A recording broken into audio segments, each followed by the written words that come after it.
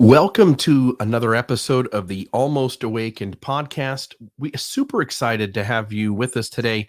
I am your host, Bill Reel. Grateful for this chance to sit down with you. You'll notice a couple of things. One is that new logo up there. We have simplified the logo. It is Almost Awakened with a subtitle of A No-Nonsense Approach to Spirituality. And we've also got some other exciting news, but I'm going to keep that somewhat under wraps. On about the middle of this month, certainly before the end of January, you're going to notice something really exciting happening with the Almost Awakened podcast. So please stay tuned. The Almost Awakened podcast is about trying to provide resources and tools to helping humans to be able to develop and to grow, to be a better version of themselves tomorrow than they were today. And so we explore things within science, psychology, shadow work, human development, conscious altering tools. We've done conversations on music and meditation. We really want to strive to provide a platform where the best of information, along with a deep dive, maybe I should say it differently, rather than deep dive, saying, because we scour kind of the wisdom traditions and try to find wisdom that has helped humans to treat each other better, to be kinder to themselves, to be accountable to their own flaws, but to do it in a healthy way that people feel encouragement to grow and to develop. So you'll hear that news coming up in a few weeks. We're just really excited about where the Almost Awakened podcast will be going and the new ground it's going to be covering and some of the new things that are going to be happening on it. Today's episode, I wanted to spend some time talking about three conversations I had at the end of last year. These three conversations, let me preface it by saying these are going to sound arrogant. These were three situations where I think I showed up really healthy and I handled things really well. So it's me bragging a little bit, but it's also, I don't know that I could have had these conversations 5 years ago. I don't think I could have approached or said what I did, and I would have done it very differently and much less healthy. And so I really am sharing these so that I can help each of you to have these insights as well, and then you can show up better in the world too. And so the first one is we were at a bar a couple months ago, and every month a group of our friends put together a night out with each other, and it's called the Outer Darkness Drinking Club. And on this occasion we met at a converted firehouse. So it was a firehouse that was converted into a bar. It was a 3-story, and every floor of the building is decorated a little differently. On this night, we were on the middle floor. There's a bunch of soft couches and chairs to sit in. There's enough space maybe for 3, 4, maybe even 5 groups of people to kind of gather in, depending on size. You know, you could have a group of 5 over here and a group of 3 over there, and there's 2 here and 4 there. And you can get, enough people in the room that not everybody would know each other. And there was one little table with a chair on each side, and there were 2 beautiful younger women sitting there having a conversation over a mixed drink. They were both dressed nice. They were both smiling, having a good time, laughing, enjoying each other's company. I don't know if it was a business meeting. I don't know if it was a date that they were on. I don't know if it was just 2 friends who got together. No idea. But what happened next was there was a guy who came in about the same age. I think I would put everybody in their low to mid 20s. A guy comes in and he's really awkward. You can just see that he's lacking some sort of social skills, social awareness to be able to handle the situation in a way that most of us would perceive it as normal or healthy, whatever those words mean to you. And as he comes in and he kind of stood behind one of the women of these 2 women. So he's kind of behind her back, and her friend is across from her. So he would be in her direct eyesight or line of sight. And as they're having a conversation, you can tell he wants to be noticed and wants to notice. You can see that his goal on some level is, hey, you 2 women, I'd like one or both of you to notice me, and somehow I'd like to figure out a way to be able to interact with you because I'm interested in you. And that's a pretty basic human behavior. We all go through life, and outside of those who are asexual, all of us are trying to um, have our social needs met from the perspective of having friends, of having a connection with people, all the way up to trying to find a girlfriend or a boyfriend or somebody to have an intimate relationship with. And so humans, as they're striving to have those sort of needs met, each of us have different and varying levels of skill to do that, to be comfortable in a conversation with people, with strangers. A little bit of sirens there in the background if you're picking that up. And probably get a little louder before it gets quieter. And as this is going on, he looks really awkward in the space he's in, and you can sense that people are starting to notice, and to the point where even my friend group, there's 7 or 8 of us there, are starting to kind of lean into each other and whisper, hey, do you know he's really awkward over? You see that guy over there? And at that moment, I just felt this deep immense of compassion for him. And I said to my friends, I said, hey guys, hold on a moment.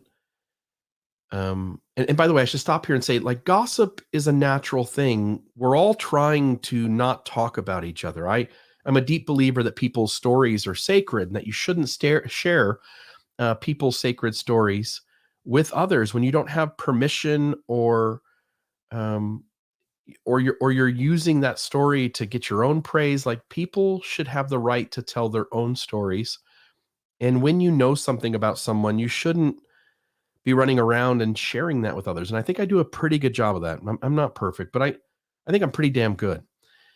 And I recognize that gossip is a human invention. We've covered it before in this podcast, but a human tribe, a tribe of 10 humans, 15 humans, can survive out, 200,000 years ago, out in the jungles of Africa or any other place for that matter, based for the most part on their intimate awareness of each other. You're in such close proximity and interaction with everyone around you that you know what everybody's skill set is, you understand what their temperament is. You as a tribe know how to get the most out of them collectively and how to perpetuate your species. But bigger tribes kill smaller tribes, and so at some point human beings invented language, and language allowed us to talk about each other, which allowed us to increase the size of our tribe that we could safely perpetuate that tribe over a smaller tribe, because you could now convey information about each other without knowing each other directly. I know Gary, but I don't know Jan.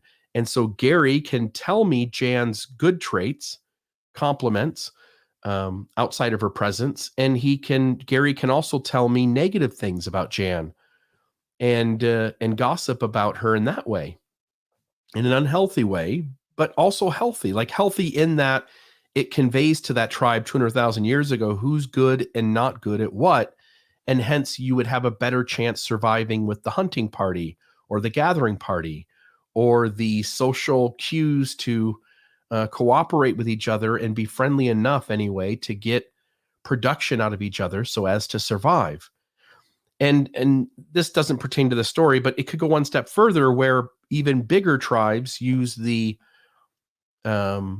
tool of myth, creating stories about each other and about their tribe in order to perpetuate. And hence, myths have the binding power of helping millions of people work together and collaborate and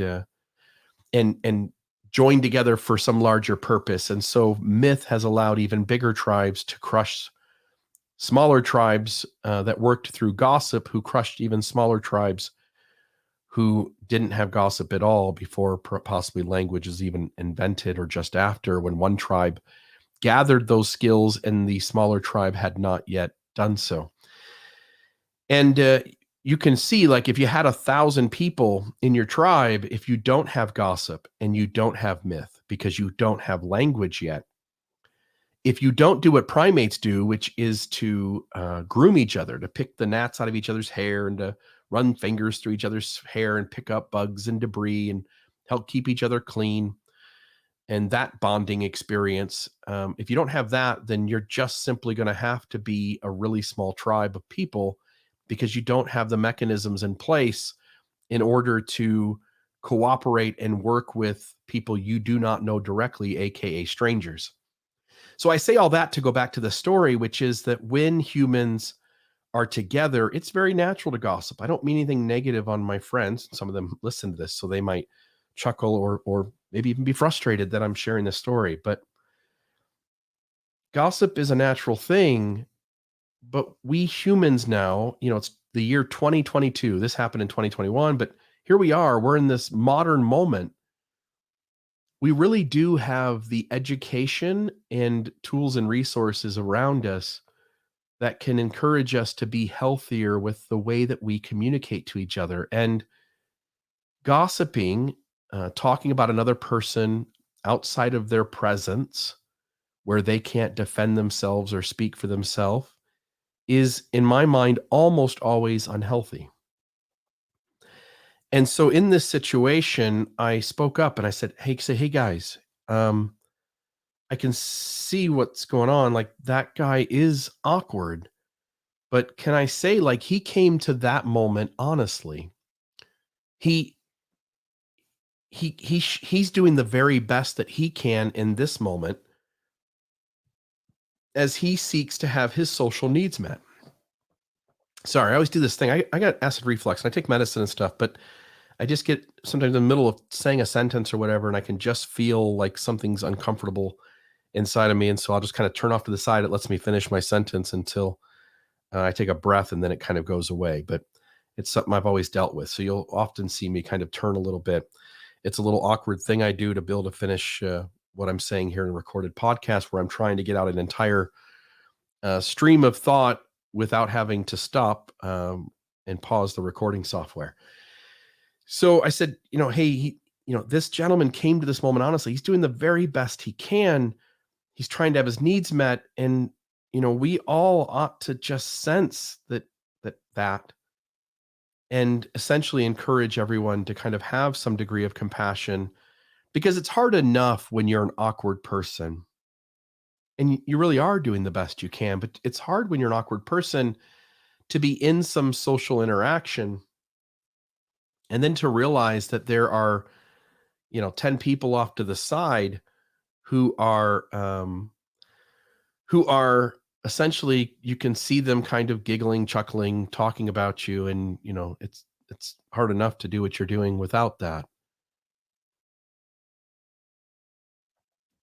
And so that got the situation uh, to change. It got everybody to kind of focus back on the group of us and to continue, I should say, our conversations that were going on.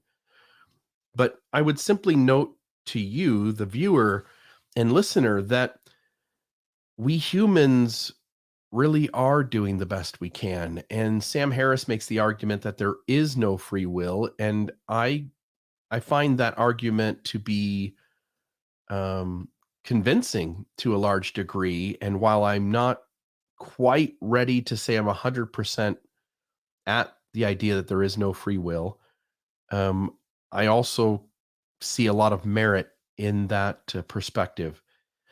And if there is no free will, I mean, certainly we can change. We can make decisions today or in this moment that allow us to show up differently in the next moment. But in any given moment, at the very present moment, we all are doing the best we can.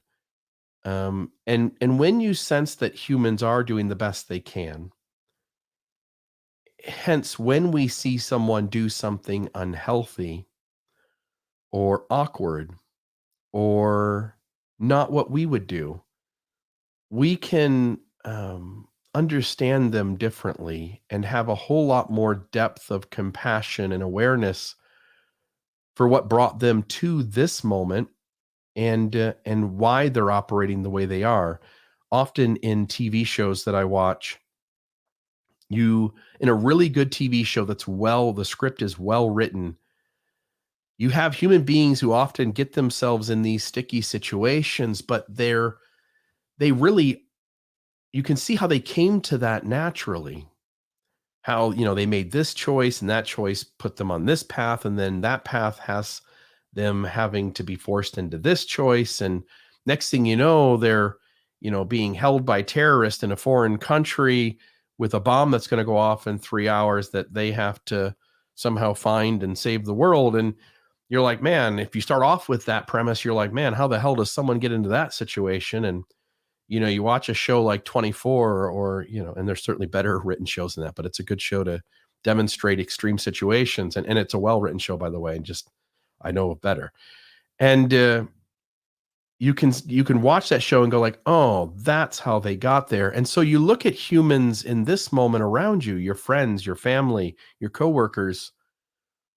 Every human is so different and alien inside their mind.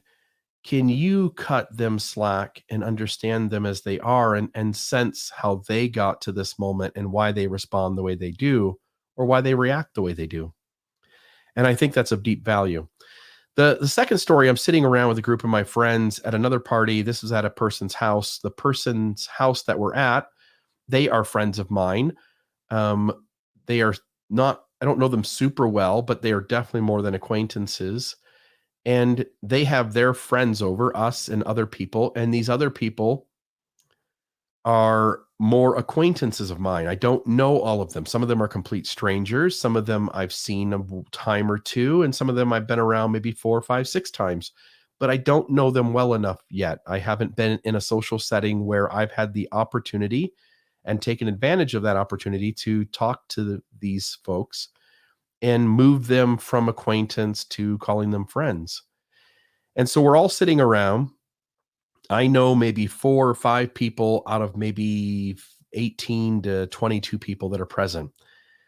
And somehow the conversation gets on to human relationships. And this one guy who was divorced just blurted out. He was intense, and he very much imposed his thought, which is he essentially looks out. This is kind of, it's almost like a circle of us, 20 of us in kind of a circle out on a patio. And he kind of leans forward and goes, "Women are crazy. Women are insane. And that's why I will never get married again." And, in that moment, the whole aura of the conversation just went like, "Mm." And I don't know most of these people. So I, like the rest of them, kind of pause, and I'm waiting for somebody who knows him well enough to go, "Hey, that was extreme." But in a matter of maybe 2 seconds, nobody seems to come forward. You can kind of tell, right? There's that amount of time in which somebody's going to step forward and say something to kind of help us all rebalance the conversation. And you can kind of tell, like, oh, it's not going to happen. And I waited because these aren't people I know well. And so it's really not my place. But the pause was long enough that it felt really awkward to me. And so I just spoke up, and I said, and I was actually sitting right across from him. So there's this circle of people, pretty good sized circle, probably 15 feet from me to him. And I look over at him, and I said, "Hey, I agree with you." I said, "Sometimes women do things that don't make sense to me. And sometimes I think they are in some heightened emotional state for that moment." I said, "But," I said, "we guys, we can be dicks too.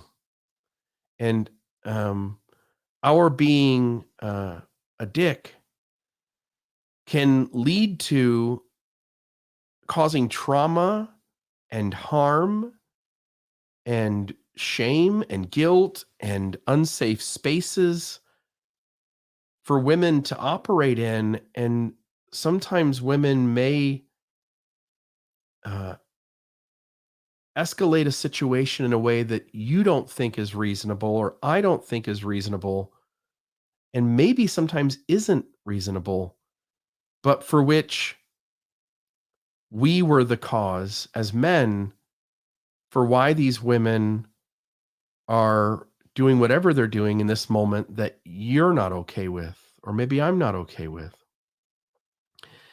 And I said, but and sometimes maybe they're acting appropriately and it's just you're being not healthy that perceives them as being crazy or insane when in reality maybe the problem is us, the men. And I kind of let it stop there. And whatever I just said now probably isn't exactly the way I said it, but it absolutely was the gist of the message. And I tried to do it in a way that, at first I start off by throwing him a bone. I acknowledge that on some level, at least to him, there's truth in what he said.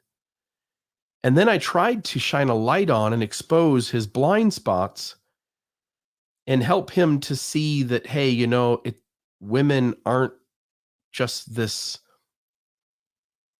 imposed idea that they're extreme all the time, they're crazy all the time, and it's so out of whack and doesn't make sense that all of us men should just stay away from them, which was kind of the gist of what he was saying. And I tried to convey the reality, and I know there's going to be people listening to this episode who are going to go, Bill, you're not even wording it right, and I accept that.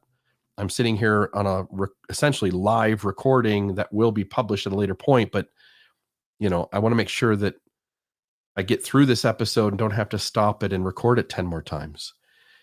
And so forgive me for where my language falls short. But the thought I wanted to convey is that we humans, male, female, or otherwise, that we humans are often triggered and we react. And in being triggered and in reacting, we sometimes say or do things that make other people deeply uncomfortable. Sometimes it's needed, and sometimes it's unhealthy and unnecessary.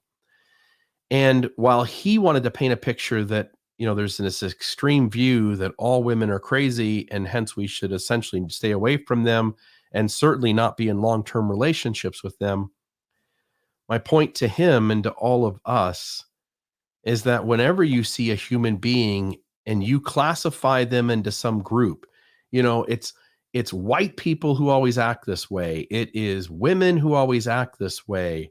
It is Hispanic people who always act this way. It's doctors who always act this way. Whenever label you use where you split people into, there are people who are this thing and there are people who are not this thing. And just for everyone here, the people who are this thing, there's something wrong with them and the rest of us ought to stay away from them or ought to choose to interact with them differently. Almost every time we use that sort of language, we are in the wrong and we are being bigoted or prejudiced of some sort. And in this situation, I just wanted to be clear to him that whatever things women are doing that are bothering men, us men could use a lot more insight that there's a lot of, there's sure as hell a lot of things that we're doing that are contributing to women not feeling safe or heard, not having a safe space to be equal to the men in that group. Just in the last 4 or 5 months, I've really noticed the privilege that men hold in a group conversation. And I've noticed how difficult it is for women to be heard and to have their voice on an equal valued plane as the men in that conversation. And again, I'm not perfect at it, and I'm probably not even good at it yet, but it's something I'm aware of and making an effort in conversations that I'm participating in to try to create more balance, to try to help uh, voices that are less privileged to have a space to speak up and to share their thoughts. And if any you get anything from this story, it would be that whenever you put people into dichotomies or apply labels and then say like anything more than the very person who's in front of me, that anybody like that person, they all have this problem or all do this thing, you're likely missing the mark. And I hope that as you're in social settings, that you will be aware of when people overreach and are applying definitions or labels or perspectives that are unfair to a collective group of people or even an individual person, and that you'll develop the social courage to point it out. And may I also suggest that there are times where you need to put somebody in their place harshly. When someone is in the middle or about to inflict harm on people in a public space, you need to act quickly and sternly and harshly, perhaps. So there are instances where that may be necessary. But I would say in most situations, if you really want to help people change minds, if you want them to think about ideas differently, you can't come to people as an enemy. You have to find some way to build a bridge with them and make a connection. So sitting with this gentleman, across from him and saying, "Hey, you're right. Sometimes this kind of thing happens," was my way to try to build a bridge first and build some sort of trust and to hold him with care and concern before responding in a healthy way and trying to help him to develop new attitudes and perspectives, and certainly to let everyone else in that social setting know that it's not as extreme as that guy painted, and there are other ways to understand why we all react and respond to each other the ways we do. So that story is number two. The last story, I was in Vegas for Reggae Rise Up, which was a music fest. It was a 2-day. There are two stages there. I've just in the last couple of years, maybe a year and a half, I've really gotten deeply interested and fallen in love with reggae music. And so I went to this music fest in Vegas. That's about 2 hours away from me. And little did I know that my cousin and her husband, I love them both. I've spent a lot of time around both of them in my younger years. And um, grew up just down the street from, we lived on the same street, 5 houses down or so with my cousin. And then when she got married, her husband, we hung around the two of them all the time for family functions and just really got along well with both her and with her husband. And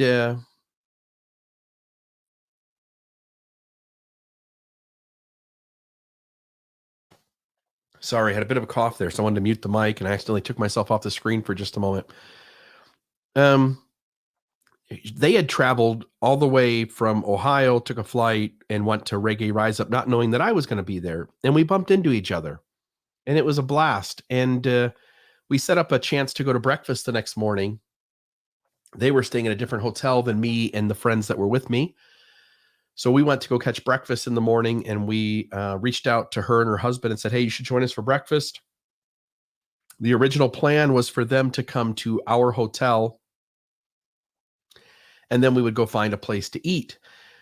And it was taking a little longer than we had planned for everybody to get together. So we said, "Hey, we're just going to head off to the restaurant, and you guys could just meet us there." But I sent her a text trying to convey that idea, like, "Hey, we're now leaving our hotel. We're just going to go to this restaurant, and you guys should just meet us there."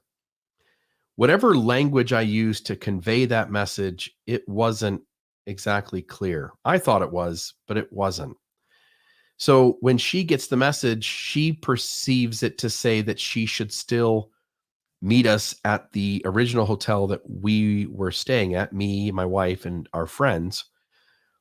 And so what happened was she meets at that hotel. Meanwhile, we're already at the restaurant.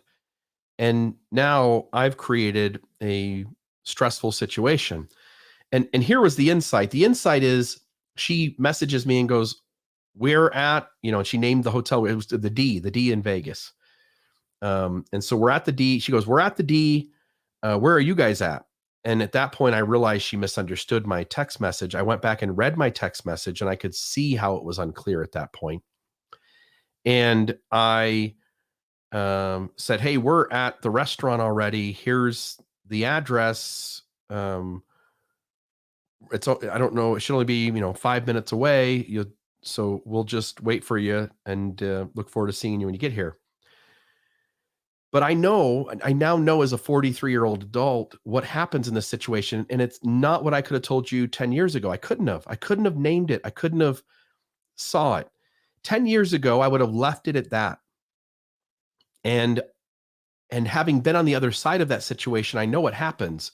It's Las Vegas, it's in the summer, it's warm, you're going to sweat, it's hot, over 100 degrees. And you now have the shame and embarrassment of not being where you're supposed to be. So everybody's waiting on you. So you start walking quickly. You start, sweating yourself because of your nervousness and because of the weather.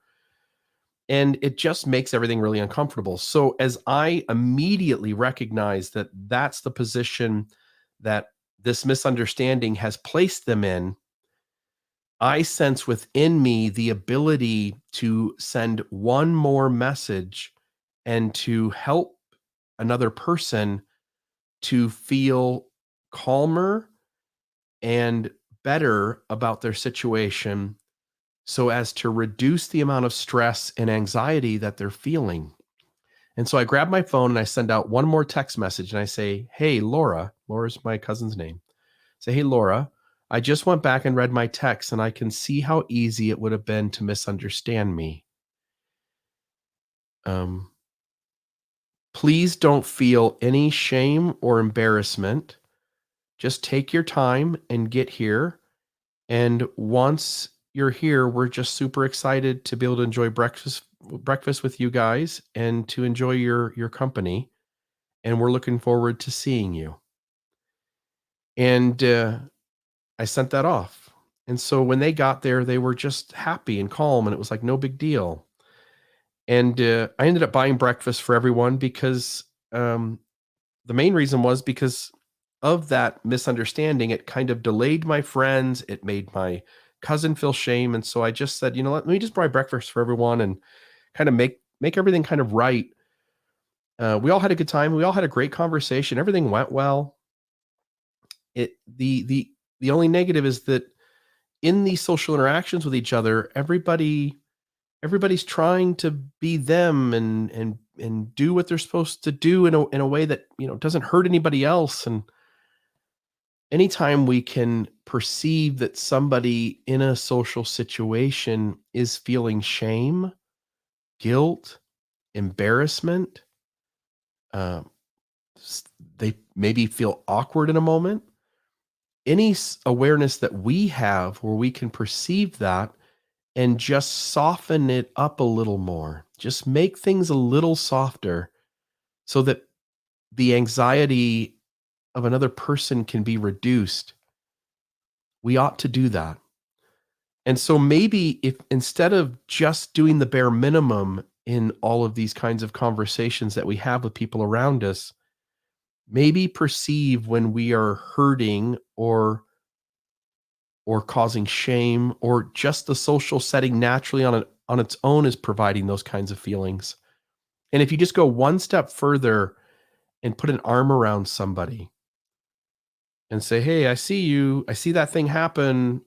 That could have easily been me. I've done that 1,000 times." Like any of those kinds of things where you say, "Hey, you're not an other in this moment. You're just like me, or you're just like us." And anytime you can say, "Hey, I know you're feeling awkward in this moment, but you don't need to. We've all been there. It easily could have happened. It's not anyone's fault. It's an accident. It's a misunderstanding." Whatever words you use in all of these kinds of situations, you get to go that extra step and reduce anxiety, reduce negative emotions in the moment where they're not necessary. Sometimes negative emotions are necessary to feel. I lost my mom from cancer a couple of years ago, and that experience, the grief and sadness, it just is what it is. When you lose somebody, that's necessary. But sometimes we feel negative emotions that aren't necessary to feel. And you and I, being more aware of people around us, we can go to great lengths. And sometimes it's just little tiny things we could do to reduce significant amounts of stress and anxiety in other human beings. And so those are my three stories. And I hope that you get something from them. And I'm super excited to for you to witness and be a part of and to enjoy the Almost Awakened podcast in 2022. You can check out our website at almostawakened.org. And we also have a Reddit page. Reddit, the name of the page is Almost Awakened, all one word. And there's also a Facebook group for the listeners of the Almost Awakened podcast. And I'm super excited for 2022 this year. And of all the things that I'm excited about, the content that we will be bringing to you and the exciting things we're going to help process in 2022 are at the top of the list. And so I hope each of you have a fantastic day. And thank you for listening today.